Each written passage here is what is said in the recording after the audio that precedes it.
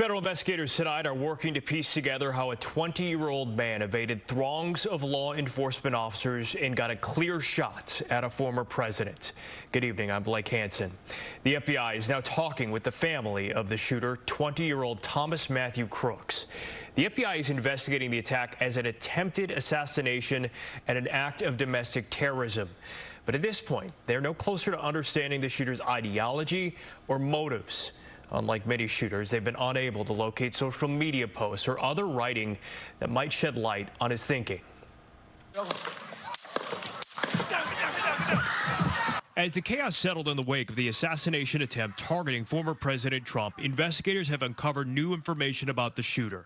20-year-old Thomas Matthew Crooks lived in a town outside Pittsburgh, about an hour's drive from Butler, Pennsylvania, where the shooting happened.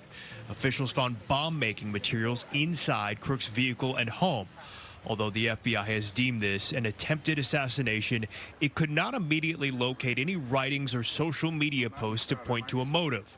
Records show Crooks had made a small donation to a liberal PAC, but was a registered Republican. A former classmate says he had been turned away from the rifle team because he was a bad shot. Others said he struggled to fit in. He was like a kid that was always alone. He was always bullied every day. He was just an outcast. Investigators say that on Saturday, Crooks had positioned himself on a roof less than 2 football fields away. Officials say a local officer confronted him, but had to duck down a ladder to avoid being shot moments before the attack started. Meanwhile, we're learning about the victims. Corey Comparator was a former fire chief who was attending the rally with family when he was struck and killed. Corey died a hero. The Corey dove on his family to protect them last night at this rally. Corey was the very best of us. May his memory be a blessing. 2 other people were seriously wounded. Bystanders at the rally jumped into action in an effort to save their lives. Political disagreements can never, ever be addressed through violence.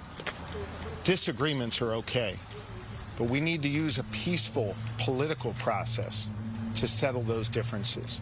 This is a moment where all leaders have a responsibility to speak and act with moral clarity.